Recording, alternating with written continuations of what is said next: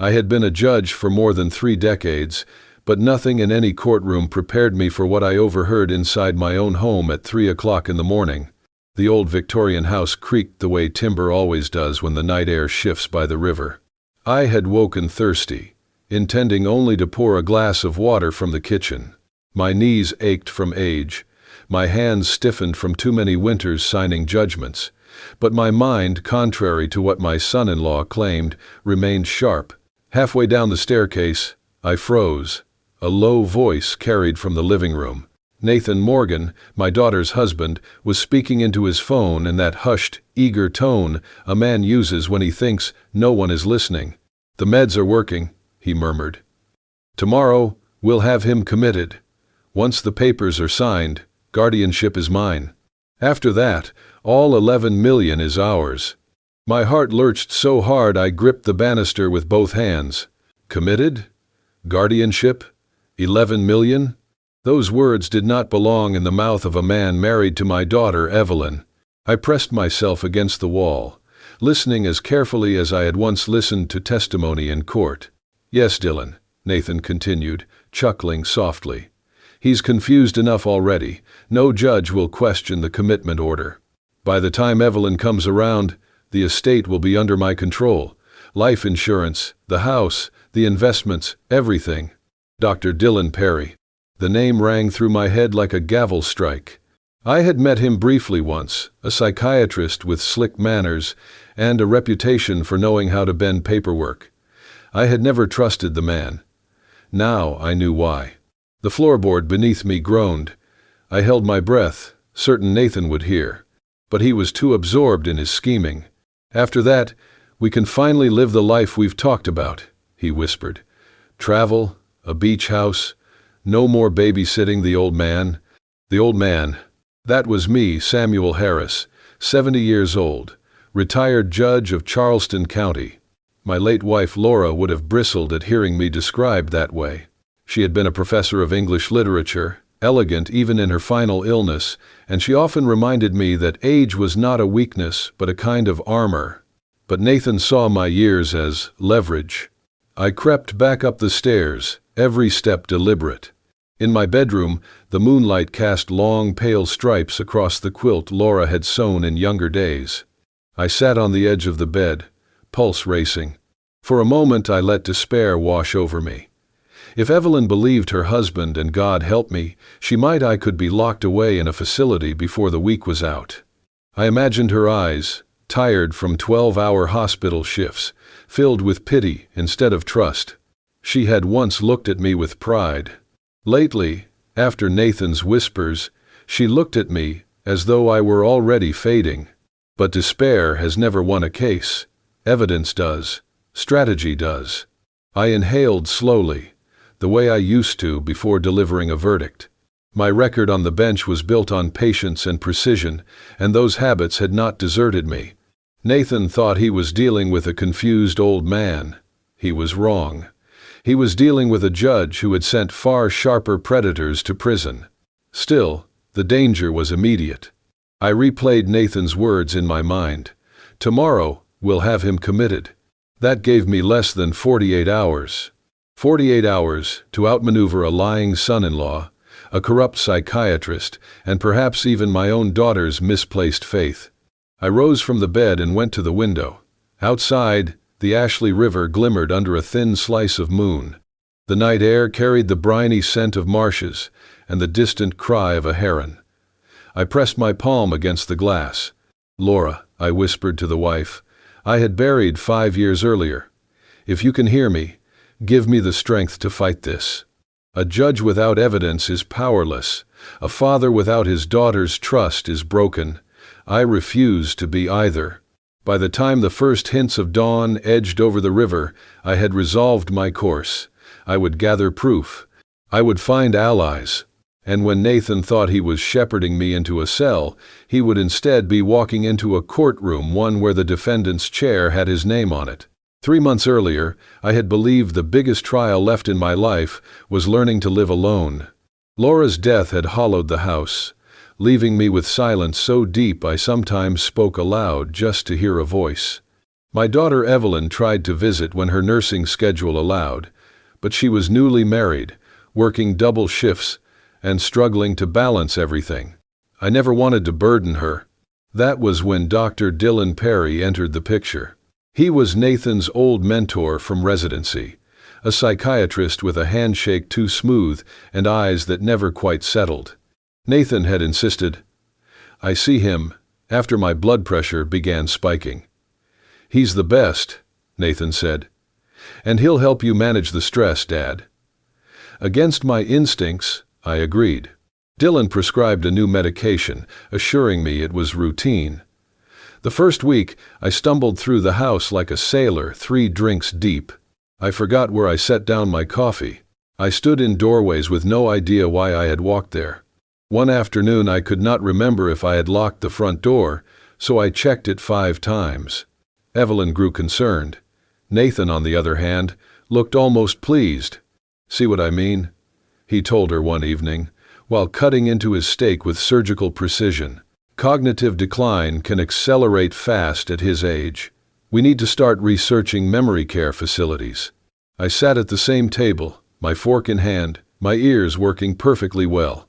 It was as though I had become invisible furniture present, but no longer part of the conversation. Evelyn glanced at me, her brow furrowed. "He's always been sharp," she said. "Are you sure this isn't just medication adjustment?" Nathan reached over, rubbed her shoulder, and sighed with counterfeit worry. "Honey, I work with patients every day. Trust me, these changes are serious." The week wore on, and the side effects eased exactly as predicted. My balance returned, my memory steadied. But Nathan did not stop. He began inventing stories with the patience of a man drafting a legal brief. "Dad left the stove on again," he announced as Evelyn walked through the door after a 12-hour shift. In reality, I had eaten cold sandwiches all day. "I found him wandering in the backyard in his robe at 2 a.m, he whispered, shaking his head. The truth? I had stepped outside to trim a rose bush that storm winds had knocked over. Each lie was delivered with the gravity of sworn testimony, and each one chipped away at my daughter's trust. She was exhausted, worn thin from the hospital, and she leaned on her husband's account instead of verifying mine. I watched it happen with the same sick helplessness I had seen on the faces of defendants who realized too late that their lawyer had sold them out. At first I tried to argue. "That never happened," I insisted. But the more I denied, the more Evelyn's pitying gaze deepened. I knew that look I had given it once to my own mother when Alzheimer's claimed her mind. It is the look children wear when they are already planning to put you away. So I stopped protesting. Instead, I studied. A judge's strength has always been in observation. I catalogued every inconsistency, every rehearsed sigh, every moment Nathan played the concerned son-in-law. He thought he was building a case against me. What he did not realize was that I was compiling a case against him. Still, the house grew colder with each false report.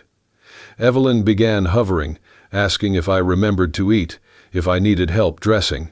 I wanted to shout that I had raised her, paid her tuition, buried her mother, and presided over murder trials more complex than anything she could imagine. Instead, I swallowed my pride. If Nathan believed I was harmless, he would slip. And when he did, I intended to catch him. One evening, Evelyn collapsed into a chair, too weary to remove her shoes. Nathan stood behind her, rubbing her shoulders like a doting husband. "I'm really worried about leaving him alone," he said gravely. "What if he falls down the stairs? What if he forgets to turn off the stove and burns the house down?" I sat in my armchair, my hands folded, and let him talk. My silence made me appear frail, but inside I was memorizing every word, every gesture. Nathan was not just angling for a nursing home placement. He was orchestrating a takeover, the kind I had seen greedy heirs attempt in probate court. Only this time, I was the estate. Late that night, I lay awake, staring at the ceiling fan. I realized with chilling certainty that Nathan was not just ambitious. He was predatory. He saw me as an obstacle between him and a fortune built from Laura's thrift. my careful rulings, and decades of modest living. The nest egg we had guarded for Evelyn's future had turned into bait for a man who wore charm like a mask. I tightened the blanket around my shoulders and whispered into the darkness, "Not yet, Laura. Not without a fight." The opening act of Nathan's scheme was in motion. What he could not know was that I was already preparing Act Two.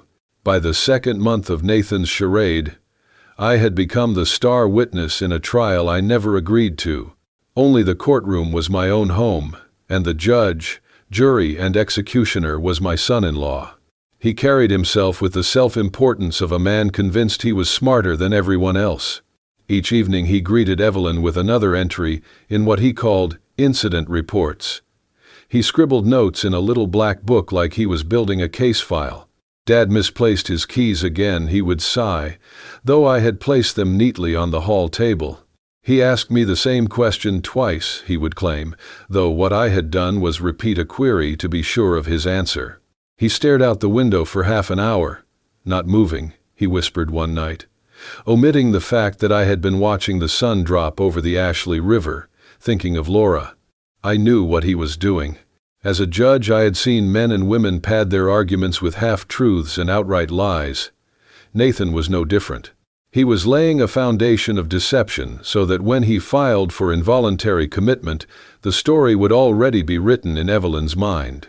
The cruelest part was watching my daughter believe him. Evelyn's eyes carried the fatigue of 12-hour hospital shifts, the smell of antiseptic still clinging to her scrubs, her shoulders slumped from carrying too many burdens. When Nathan rubbed those shoulders and fed her his stories, she absorbed them because she lacked the energy to question him.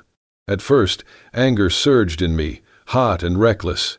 I wanted to slam my fist on the table, to shout, "He is lying to you. I am not losing my mind." But each time I tried, Evelyn only looked at me with sorrow. That look was worse than anger. It was the look of a child who thinks her parent has already slipped beyond saving. So I changed tactics. A judge learns when to press and when to remain silent. Silence, in my experience, often reveals more than words. I allowed Nathan to believe I was retreating into confusion. I let him explain the stove, the doors, the supposed lapses, nodding vaguely, as though fog had indeed settled over me. Inside, however, I was cataloging everything.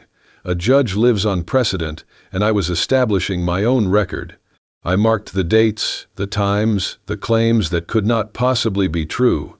For instance, he once told Evelyn I had forgotten to pay the electric bill. I produced the receipt.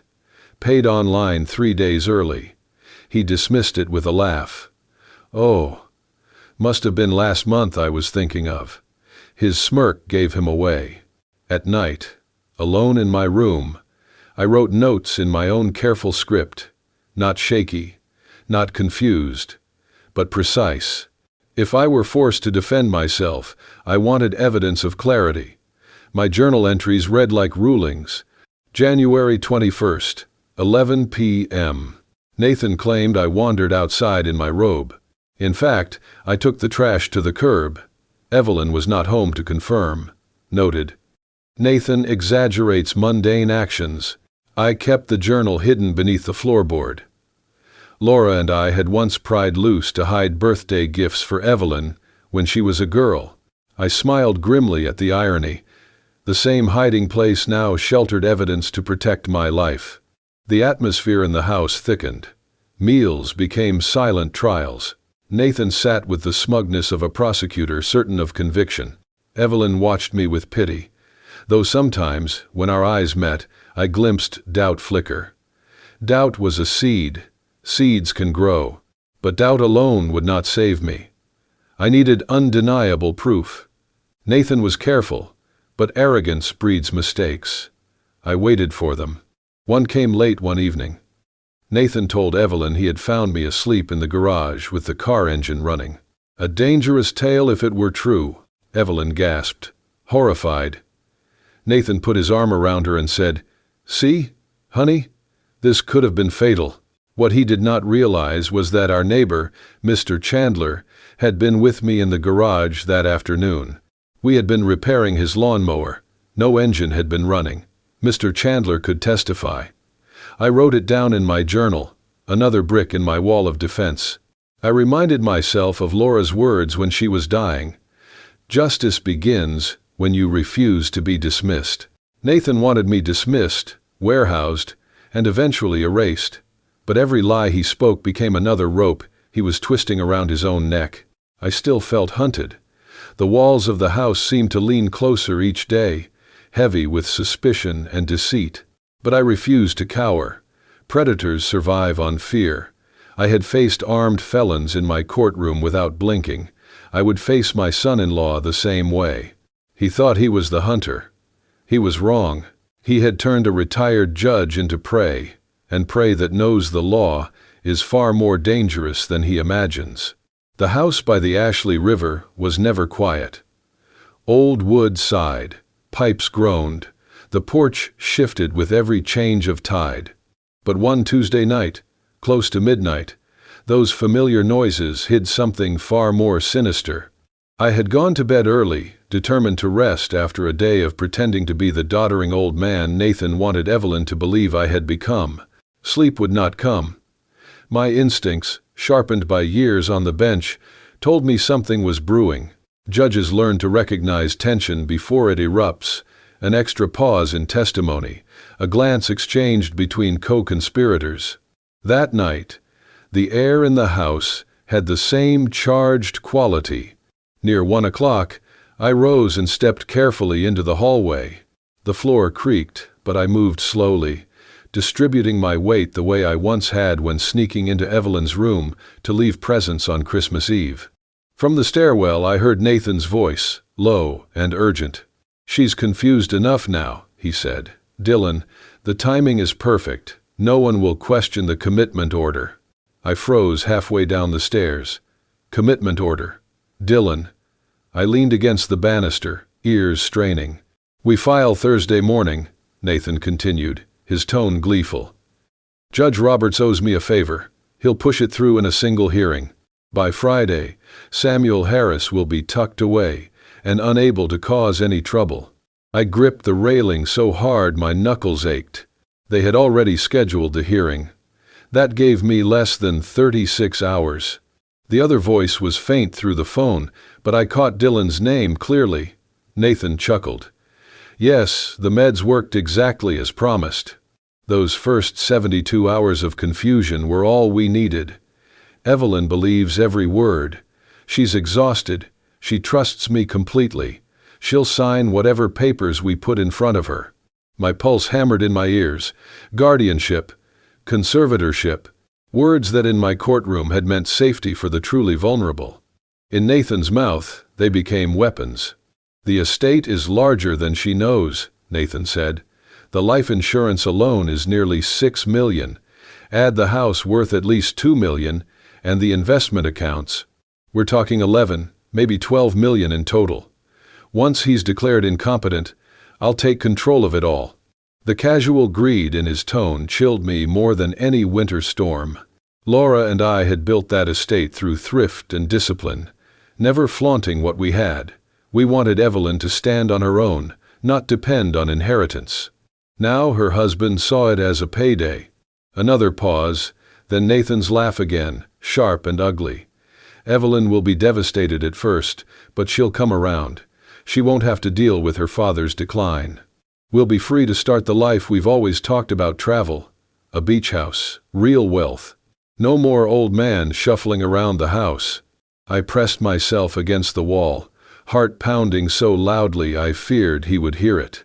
The man spoke of me as if I were already dead. 6 months, maybe less," Nathan said firmly. "Those facilities are notorious for accidents. A fall, a medication error, it will look natural. Tragic, yes, but not suspicious." That was enough. I crept back up the stairs, every step deliberate, every muscle tense. In my room, I shut the door softly and leaned against it, fighting the tremor in my legs. I had just heard my own death sentence, delivered by the man my daughter trusted with her life. On the bench, I had faced murderers who tried to disguise their intent, but Nathan was worse. He wanted me erased, not out of passion or rage, but calculation. In his mind, I was an obstacle to wealth, nothing more. I sat on the bed, forcing myself to breathe slowly. Judges survive by discipline. Panic clouds judgment.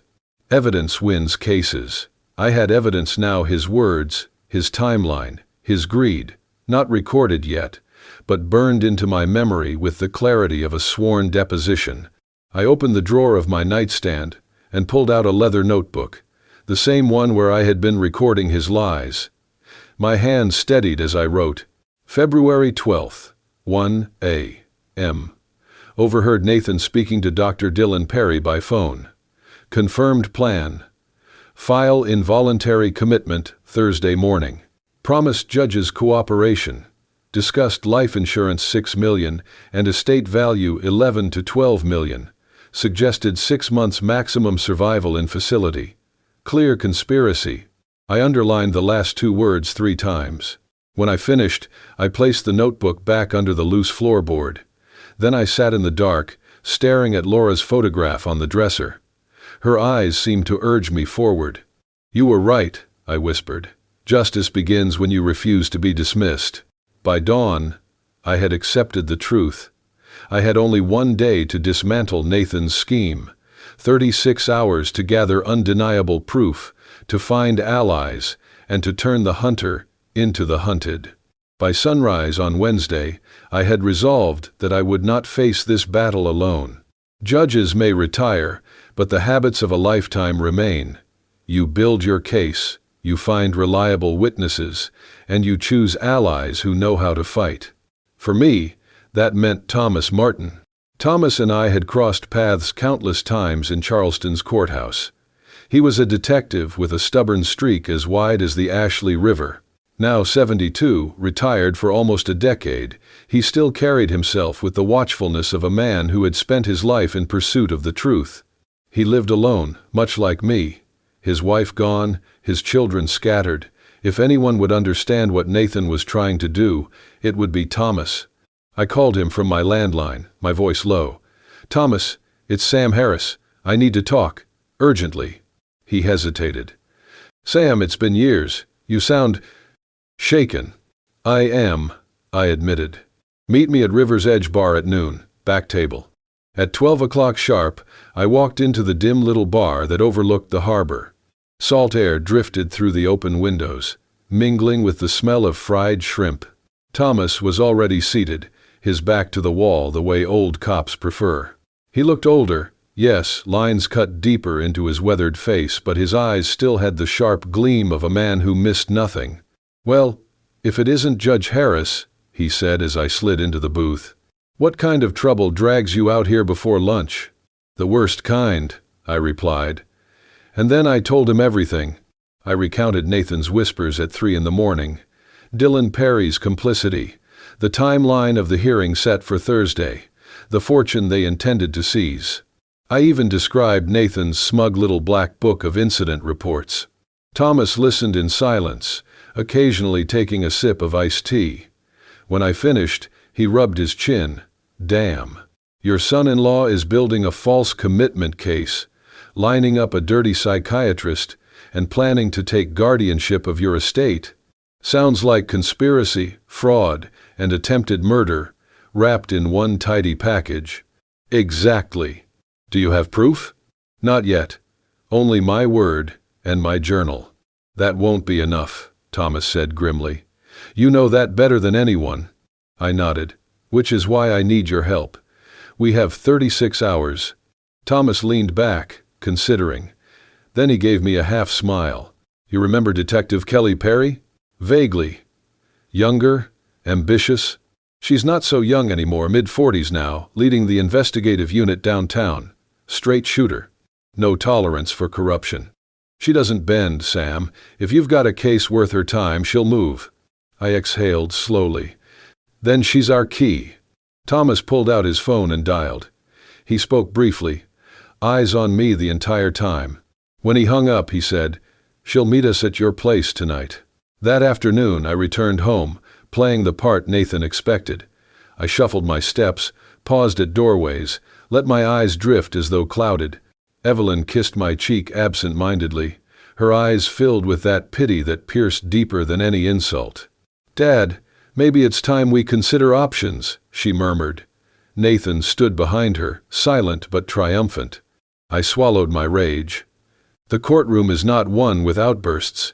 It is one with evidence. Tonight, evidence would begin to shift. By 7 o'clock, Nathan left for errands. Evelyn remained at the hospital for another late shift. The house was mine, for once, quiet except for the rhythmic lap of water against the riverbank. At precisely 8, headlights swept across the driveway. Thomas entered first, still solid despite his years. Behind him came Detective Kelly Perry. She wore a charcoal blazer, her badge clipped visibly at her belt, her expression cool and assessing. "Judge Harris," she said, shaking my hand firmly. "Thomas tells me you're sitting on something that smells like conspiracy." "That's one way to put it," I replied. I led them into the study. There, beneath the lamplight, I laid out my notebook. I showed them the entries, the lies Nathan had told, the overheard call with Dylan, the timeline for Thursday's hearing. Kelly scanned each page carefully, her eyes narrowing. "You've documented well," she admitted. "But written notes alone won't cut it. We need recordings, digital evidence, something undeniable." I reached into my pocket and produced Nathan's spare phone charger. He leaves his phone charging on the counter every morning while he showers. Passcode is his own birthday narcissism at its finest. I can access it. You'll find the calls to Dylan there. Kelly's lips curved in a faint smile. "That's something. With proper chain of custody, it could hold up." Thomas leaned forward. "We need a sting, Kelly. Catch him in the act. He's too arrogant not to say the wrong thing if he thinks Sam is slipping." Kelly considered, then nodded once. "All right. Tomorrow morning we set the trap. Hidden recorders in the house, surveillance ready. When he talks, we'll be listening. If we're lucky, he'll incriminate himself beyond any shadow of doubt." Relief washed through me, mixed with steel determination. For the first time in months, I was not alone. I closed my notebook, looked at my two allies, and said, "Then let's give my son-in-law the trial he deserves." Thursday dawned gray, the kind of morning when Charleston's river fog drifts like gauze between the houses. My window panes rattled in a weak wind, and I thought of it as the tremor before a verdict. Today, Nathan Morgan believed he would march me into a courtroom and have me declared incompetent. Today he would discover who truly held the gavel. By 6 o'clock, Nathan stirred in the bedroom down the hall. His routine was as predictable as the tide. First coffee, then the newspaper headlines on his tablet, followed by a long, indulgent shower. He thrived on predictability because he thought it made him disciplined. In truth, it made him vulnerable. I descended the stairs deliberately, feigning stiffness, my robe wrapped loosely around me. On the kitchen counter, just as I expected, Nathan's phone blinked with its charging light. He never bothered to guard it. Why would he? In his mind, I could barely remember how to turn on a television. With steady hands, I picked it up and entered his passcode. 0829, his birthday. The screen opened immediately. I scrolled to recent calls. There they were, multiple late-night conversations with Dr. Dylan Perry, each lasting more than 20 minutes. My stomach tightened, but I forced myself to remain calm. "Evidence, Samuel," I reminded myself. "You are gathering evidence." I pulled my own phone from my robe pocket and photographed each screen, the call logs, the timestamps, the text messages. One thread chilled me to the bone. "Dylan, package delivered exactly as promised. 72 hours confusion guaranteed." "Nathan, perfect. Evelyn working doubles. She'll never notice." I took the photos quickly, returned the phone to its charger, and stepped back just as I heard his footsteps on the stairs. My heart hammered, but I let my face relax into vague uncertainty. "Morning, Dad," Nathan said cheerfully, patting my shoulder with false warmth. "Did you sleep all right?" "Some nights are better than others," I replied, my voice deliberately hazy. He smiled. satisfied. He had no idea his mask was about to crack. At exactly 7, headlights appeared outside. Thomas Martin arrived in his old Buick, followed by Detective Kelly Perry and 2 plainclothes officers. I met them at the back door, my pulse steady now. This was no longer fear, this was trial preparation. "Everything set?" Kelly asked, her tone brisk. "Yes," I said, handing her the photographs. "He's upstairs now. He'll be in the shower any minute." She nodded to her team. They moved quickly, placing small recording devices under the edge of the kitchen table, near the bookshelf in the living room, and inside the hallway vent. Thomas, grinning like a wolf, leaned close. "Reminds me of the old days, Sam. Except this time, you're bait." "I've been bait before," I answered. In court, on the bench, predators always think the robe makes you soft. They forget the robe hides a spine. At 7:15, the water upstairs began to run. Nathan was in the shower, humming tunelessly. I took my seat at the kitchen table, a newspaper spread before me. Kelly and her officers positioned themselves discreetly in the adjoining dining room, out of sight. Thomas sat across from me, pretending to sip coffee, though his eyes never left the stairs. Minutes later, Nathan descended, freshly shaved, his tie perfectly knotted. He radiated smug confidence. "Good morning, gentlemen," he said, clearly ignoring Thomas's presence. "And how are we today, Dad? Still feeling a little foggy?" I lowered the newspaper, forced my voice into weary vagueness. "Some days are better than others." He pulled a glossy brochure from his briefcase and slid it across the table. "Sunset Manor. Excellent facility, specializes in memory care. Safe, supervised, compassionate. I think you'll like it there." I picked up the brochure with trembling hands, though the tremor was staged. Inside, smiling elderly people glued puzzles, painted pictures, laughed in gardens. To Nathan it looked like victory. To me it looked like prison. "This looks expensive," I murmured. "Don't you worry," he said smoothly. "Insurance covers most of it. Evelyn and I will handle the rest. The important thing is that you get the professional help you need." I set the brochure down and lifted my eyes, steady now. For a heartbeat, I allowed my true clarity to shine through. Nathan blinked, unsettled. Then he recovered, his smile returning. "Go upstairs and rest, Dad," he said. "I have important calls to make." As his footsteps receded, Kelly touched her earpiece. "We've got everything," she whispered, "every word. But tomorrow, in court, we'll need him deeper in his own trap." "Don't worry," I said quietly. "He's arrogant, he won't stop. By tomorrow morning he'll hand us the rope himself." Thomas chuckled darkly. "And we'll be there, to tighten the knot." I looked out the window toward the Ashley River. The fog was lifting, sunlight beginning to burn through. For the first time in months, hope felt close enough to touch. Thursday morning broke clear and sharp, as though Charleston itself wanted to wash away the fog of the night before. Sunlight cut across the Ashley River, glinting like steel. I dressed deliberately, pressed shirt, slacks, polished shoes. If Nathan expected a shuffling old man, he would find a judge prepared for court. At 8:45, Nathan descended the stairs humming his favorite tune. His silk tie gleamed, his hair combed into a precise part. He looked every inch the successful physician, the concerned son-in-law, but his eyes glittered with anticipation.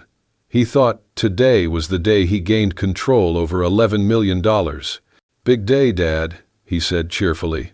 "Don't worry, this is all for your safety." I gave him a faint smile. "I trust you know what you're doing, Nathan." That pleased him. He poured coffee, checked his phone, then slipped it into his pocket.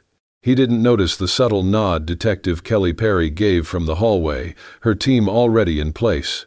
Thomas sat calmly at the table, sipping coffee, as though we were 2 retirees discussing baseball scores. Moments later, Evelyn burst through the front door, still in her hospital scrubs, her hair pulled back in a tired knot. Her eyes widened when she saw Kelly's badge and the unfamiliar officers. "What's going on?" she asked, her voice edged with panic. "Routine precaution," Nathan said smoothly, sliding an arm around her shoulders.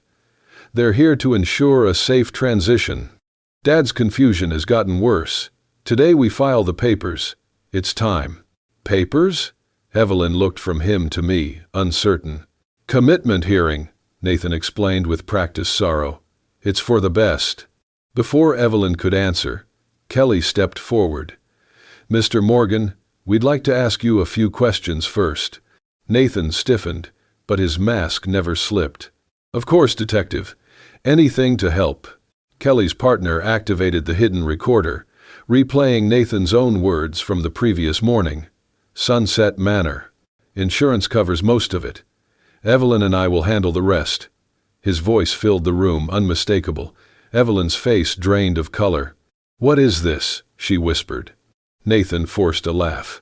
"Out of context. Just a discussion about options." Kelly's eyes narrowed. "And what about this?" She produced a printed copy of the text messages. "Package delivered exactly as promised. 72 hours confusion guaranteed." For the first time, Nathan faltered. His mouth opened, closed. Then he turned to Evelyn. "Honey, it's not what it looks like." Evelyn's hands trembled as she scanned the words. You drugged him?" "He needed help," Nathan insisted, his voice rising. "Dylan said a short course would create documentation. We were protecting him." "Protecting him?" My voice cut through, no longer hazy but firm, resonant. "You planned to steal everything Laura and I worked for. You spoke of $6 million in insurance, of accidents in a facility. That is not protection. That is premeditated murder." The room fell silent except for the ticking of the old grandfather clock. Evelyn stared at him as though seeing him for the first time. "Nathan, tell me this isn't true." He reached for her, desperate. "Evelyn, listen to me. Your father is confused. He imagined those conversations. Enough," Kelly snapped. She motioned, and her partner produced more evidence. Photographs of call logs, banknotes, even Dylan Perry's statement of cooperation secured overnight. Nathan's composure cracked, his face reddened, sweat beading at his temple. He turned on me, fury spilling out. "You old fool! You should have gone quietly. No one would have questioned it. Now you've ruined everything." Evelyn recoiled as though struck. Tears welled in her eyes. "All those nights you told me he was slipping, all those reports, you lied." "I lied for us," Nathan shouted. "For our future. $11 million, Evelyn. Do you have any idea what we could have built?" Her expression hardened. "A future built on my father's death is no future at all." Kelly stepped forward, badge flashing. "Nathan Morgan, you are under arrest for conspiracy to commit fraud, attempted elder abuse, and conspiracy to commit murder." She nodded to her officers, who moved swiftly. The sound of handcuffs snapping shut echoed like a gavel strike. Nathan twisted, shouting, "Evelyn, don't do this. Think about what we dreamed of." But she no longer looked at him. She turned to me, her eyes brimming with tears. "Dad, I'm so sorry. I almost believed him over you." I placed a steady hand on her shoulder. "Truth always finds the light, Evelyn. You saw it today." Thomas leaned back, satisfaction in his grin. "Court's adjourned." As the officers led Nathan out, the morning sun poured through the windows, illuminating the house that had felt so heavy with deceit. For the first time in months, the air seemed lighter, freer. The hunter's mask had slipped, and the man beneath was nothing more than a criminal exposed. 6 months later, I found myself back in a courtroom, though not on the bench where I had spent most of my life. This time I sat quietly on a wooden pew, surrounded by strangers, waiting to hear the sentence of the man who had nearly ended mine. The Charleston County Courthouse looked much the same as when I retired. The high ceilings, the worn marble steps, the American flag hanging proud behind the judge's chair. Yet I saw it differently now. Once, it had been my workplace. Today, It was my sanctuary. Nathan Morgan entered wearing shackles, escorted by deputies. He had lost weight, his once perfect hair cropped close. The smug smile was gone, replaced by the hollow eyes of a man who had gambled everything and lost. Evelyn did not look at him. She sat beside me, her hand folded over mine, her face pale but resolute. The prosecutor laid out the charges in crisp detail: conspiracy to commit fraud, attempted elder abuse, conspiracy to commit murder. Evidence filled the record: text messages, phone logs, Dylan Perry's confession. The jury had needed only 3 hours to convict. Now the judge prepared to deliver the sentence. "Mr. Morgan," the judge said, her voice steady, "your actions represent a betrayal not only of the law, but of the very trust a family should hold sacred. You targeted your wife's father for financial gain, seeking to strip him of freedom, dignity, and even his life. For these crimes, the court sentences you to 30 years to life in the custody of the state of South Carolina." The gavel struck. The sound rang through the chamber, final and absolute. Nathan sagged as deputies led him away. He glanced at Evelyn once, but she stared straight ahead, her jaw clenched. Dr. Dylan Perry faced his own reckoning. He had pleaded guilty, hoping for leniency, but the judge showed none. "You violated your oath as a physician," she declared. "You will serve 15 years in prison, and your license is permanently revoked." His shoulders slumped as he was led out, a man undone by greed. When the session ended, Evelyn and I stepped into the bright South Carolina Sunday. For a moment, we simply stood there, breathing the warm air, free of lies. She turned to me, tears glinting in her eyes. "Dad, I don't know how I didn't see what he was." "You were tired," I told her gently. "You trusted your husband. That isn't weakness, it's love. Manipulators know how to twist love into blindness. What matters is you saw the truth when it counted." She leaned into me, and for the first time in months, I felt like her father again, not her patient. The weeks that followed were not easy. Evelyn filed for divorce, endured depositions, and started therapy to untangle the knots Nathan had tied in her mind. But she grew stronger. She even laughed again, soft at first, then fuller, brighter. I had missed that sound more than I realized. Letters began arriving from strangers. Our case had made the news, and older Americans across the country wrote to say they had faced similar betrayals: nieces, nephews, even children scheming for inheritances. Some told me my story gave them courage to speak up, to protect themselves. I answered as many as I could, reminding them that age does not make us helpless. One evening, Evelyn and I sat on the porch, overlooking the Ashley River. The sky burned with sunset, crimson fading into gold. She sipped tea, her voice thoughtful. "Do you think you'll ever forgive him?" I considered. Forgiveness had never been my strength. I was a judge. I believed in consequences. "No," I said finally. "But I don't need to. Justice is enough." She nodded. "And peace?" I looked at the river, at the herons lifting into the twilight. "Peace," I said slowly, "comes when you know you fought back, when you refuse to be dismissed, and when the people you love are standing beside you, not against you." The crickets began their evening chorus. Evelyn reached for my hand. "Thank you for fighting, Dad." I squeezed her hand firmly. "No one steals our years, Evelyn. Not without one hell of a fight." As darkness settled over Charleston, I felt Laura's presence in the soft rustle of the wind. She would have been proud, not just of me, but of our daughter who had chosen truth over lies, and family over betrayal. For the first time in a long while, I slept without fear. The hunter was caged, the allies true, and justice had spoken. At 70 years old, I had thought my battles were finished. But sometimes, the final trial is the one that proves who you are.